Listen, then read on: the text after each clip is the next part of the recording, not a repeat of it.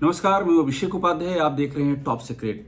देश के उपराष्ट्रपति जगदीप धनखड़ का इस्तीफा आश्चर्य का विषय बना हुआ है, चर्चा का विषय बना हुआ है, लेकिन उतनी ही ज्यादा चर्चाएं और यूं कह लें कि कौतूहल इस बात पर है कि इस इस्तीफे का पहला असर कहां पड़ने जा रहा है।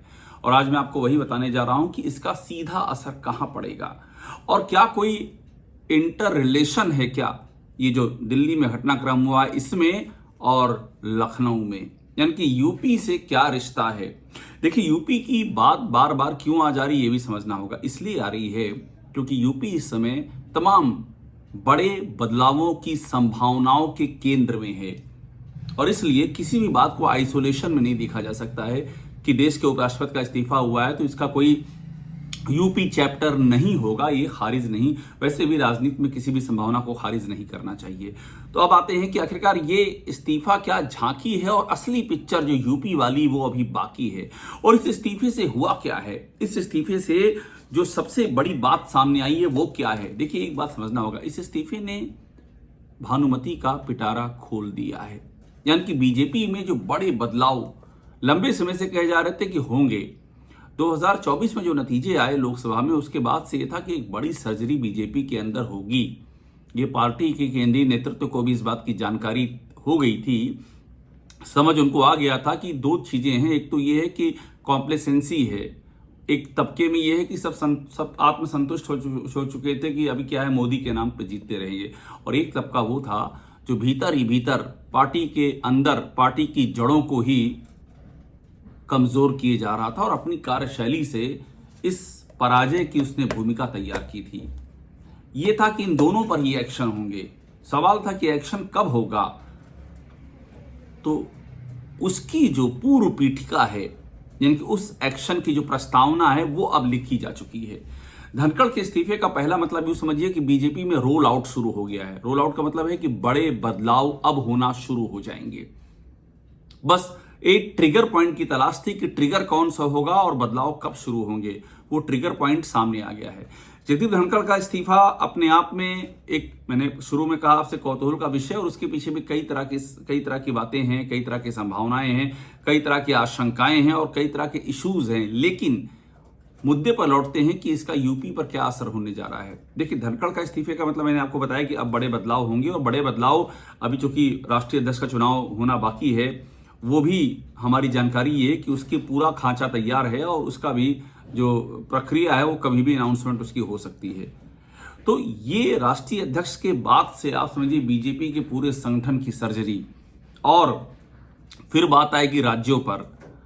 राज्यों में भी ये माना जा रहा है कि ये बड़े पैमाने पर होगा।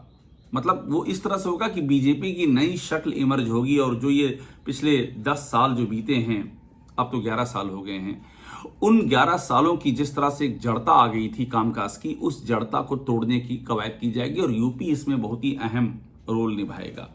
तो इसीलिए कहा जा रहा है कि यूपी के बारे में चीजें पहले से लाइन ऑफ थिंकिंग में थी कि यूपी में बदलाव करना है, ये जहन में है। अब बदलाव किस तरह का होगा ये एक प्रश्न के दायरे में है। बदलाव किस तरह का होगा, सवाल सिर्फ इसी पर है। बदलाव होगा ये तो तय है और उस बदलाव को, जिसे कहते हैं इम्प्लीमेंट करने की जो पहली कड़ी है, वो उपराष्ट्रपति के इस्तीफे से अब पूरी हो गई है। अब इसके बाद इसके रिपल इफेक्ट, यानी कि एक के बाद जो एक घटनाक्रम होते हैं वो आना शुरू हो जाएंगे। अब आप देखिए कि उपराष्ट्रपति धनखड़ का जो इस्तीफा हुआ उसमें क्या क्या मैसेज यूपी के लिए छिपे हुए हैं। धनखड़ ने एक नहीं बल्कि कितनी बार इस बात को लेकर के पार्टी के भीतर, बीजेपी के भीतर असहज थे लोग कि ये केंद्रीय नेतृत्व असहज था कि पार्टी लाइन के खिलाफ जाकर के बातें कर रहे हैं। भाई, पार्टी में किसी भी जो मुख्यमंत्री है बीजेपी का, जो बीजेपी में किसी पद पर है, उसके कामकाज की समीक्षा केंद्रीय नेतृत्व करता है और वो सबको समझ में आता है। यूपी की बात करें तो यूपी के मुख्यमंत्री योगी आदित्यनाथ की तारीफ में उपराष्ट्रपति रहे जगदीप धनखड़ ने ऐसे ऐसे पुल बांध दिए थे जो कि किसी को हजम नहीं हुए थे, क्योंकि जमीन पर क्या हो रहा है सबको पता था। और उसके बाद भी मैं अभी जिक्र कर रहा हूं, पिछले महीने ही आगरा में अहिल्याबाई होलकर का त्रिशताब्दी जयंती समारोह था। यहां पर जगदीप धनखड़ जी गए हुए थे और उन्होंने जो बातें कही वो किसी को हजम नहीं हुई। मतलब जिसे कहते हैं अतिशयोक्ति अलंकार, उसका भी कई गुना आगे बढ़कर के उन्होंने बातें बोल दी। उन्होंने कहा कि योगी दूरदर्शी हैं और उनको अहिल्याबाई होलकर से तुलना कर दी। मतलब अहिल्याबाई होलकर देश का गौरव हैं और उनसे तुलना कर दी उन्होंने योगी आदित्यनाथ की। और उदाहरण क्या दिया? उदाहरण दिया कि काशी विश्वनाथ और अयोध्या की काया पलट जैसे इन्होंने की है और अहिल्याबाई होलकर का उन्होंने हवाला दिया। अहिल्याबाई होलकर जी ने काशी विश्वनाथ का नवनिर्माण कराया था, ये सभी को पता है। मगर यहां योगी आदित्यनाथ को जो जोड़ा गया वो पार्टी को ही हजम नहीं हुआ, क्योंकि सब जानते हैं कि अयोध्या में जो हुआ है उसके पीछे क्या है और काशी विश्वनाथ में जो पूरा कॉरिडोर बना है उसके पीछे कौन है, ये सबको पता है। सिर्फ यूपी सरकार को इतना था कि वो इसके इम्प्लीमेंटेशन में लगी रहे, वो भी पूरा दिशा निर्देश और पूरी निगरानी। अयोध्या में तो नृपेंद्र मिश्रा जो प्रधानमंत्री नरेंद्र मोदी के विश्वस्त हैं, वो तो उन सारी कमान उन्होंने अपने हाथों में ले रखी थी। और काशी में खुद पीएम मोदी और PMO day to day monitoring में करके सारा काम वहां पर हुआ है। उसका श्रेय योगी आदित्यनाथ के कंधे पर मढ़ना, ये अपने आप समझ में आ गया था कि जगदीप धनखड़ को ये लगने लगा था। और ये भी मैं आपको बता दूं, जगदीप धनखड़ को एक जानकारी ये है कि अरसे से ये लग रहा था कि उनकी भी पारी अब पूरी हो रही है, क्योंकि उनका कम्युनिकेशन वन वे ट्रैफिक हो गया था। उनकी और केंद्रीय नेतृत्व के बीच में जो संदेशों का आदान प्रदान वो वन वे था। उनको केंद्रीय नेतृत्व से वो रिएक्शन, वो फीडबैक नहीं मिल रहा था जो पहले मिला करता था।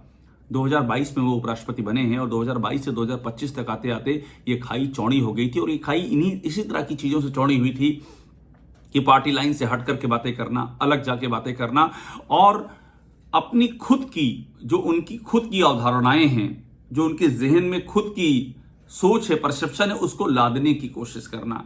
अब उनकी जो केंद्रीय नेतृत्व से नाराजगी की खबरें आ रही थी, उन्हीं खबरों को उन्होंने इस तरह से एक ऐसे मामले में योगी आदित्यनाथ की तारीफ की जहां पर बच्चे को भी पता था कि योगी का कहीं से कोई श्रेय दूर दूर तक नहीं है।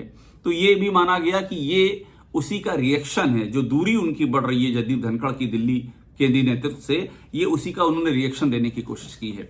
एक और ऐसे ही मामला उन्होंने शिवराज सिंह चौहान के साथ किया था, मध्य प्रदेश के भूतपूर्व मुख्यमंत्री और कृषि मंत्री।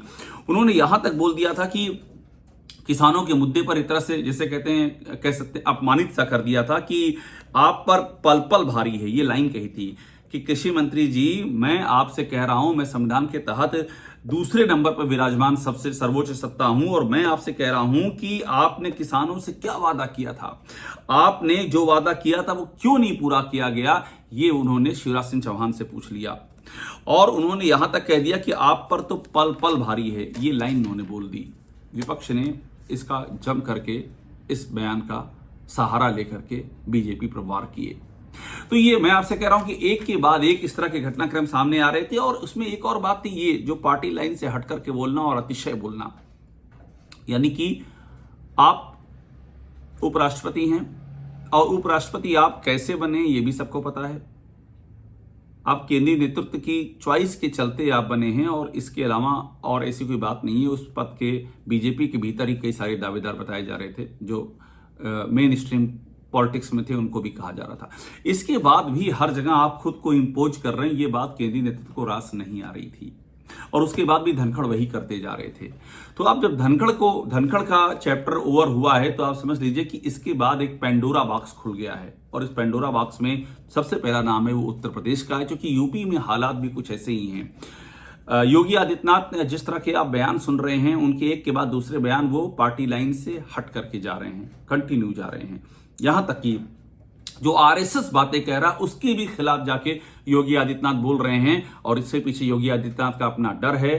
प्रशासनिक नाकामी के भी शिखर पर हैं, उनके खिलाफ असंतोष शिखर पर है, भ्रष्टाचार की आरोप शिखर पर हैं, भाई भतीजावाद, जातिवाद, ये सब शिखर पर है। और इस सब से बचने के लिए योगी आदित्यनाथ ने एक ही रास्ता ढूंढा है, वो रास्ता ढूंढा है हिंदू मुस्लिम। हिंदू मुस्लिम के सहारे इसको ढका जाए। और इस काम में ये जो पूरा जो प्रक्रिया योगी आदित्यनाथ ने की है, इस काम ने दिल्ली में खासी चिंता बढ़ाई है। क्योंकि ये सरकार जो आई थी 2017 और 22 में, उसके पीछे मेन वजह थी जातियों की गोलबंदी, सोशल इंजीनियरिंग, जिसका योगी आदित्यनाथ ने पुर्जा बिखेर दिया। जबरदस्त जातीय संतोष यूपी में फैला हुआ है। तो इसलिए सारी संभावनाएं वही हैं कि अब जो है वाइस प्रेसिडेंट के बाद अगला चैप्टर उत्तर प्रदेश का खुलेगा। रीजन सारे वही हैं और फर्क एक है, बड़ा ये है कि वाइस प्रेसिडेंट के मामले में तो एक व्यक्ति के अपने पद का सवाल था। यहां तो यूपी के, देश के सबसे बड़े राजनीतिक सूबे में बीजेपी की जमीन का सवाल है, जो जमीन योगी आदित्यनाथ की अगुवाई में बुरी तरह से खिसक रही है। और इसीलिए कहा जा रहा है कि यूपी चैप्टर जल्द ही सामने आएगा। टॉप सीक्रेट देखते रहिए, लाइक कीजिए, इसे सब्सक्राइब जरूर कर लीजिए।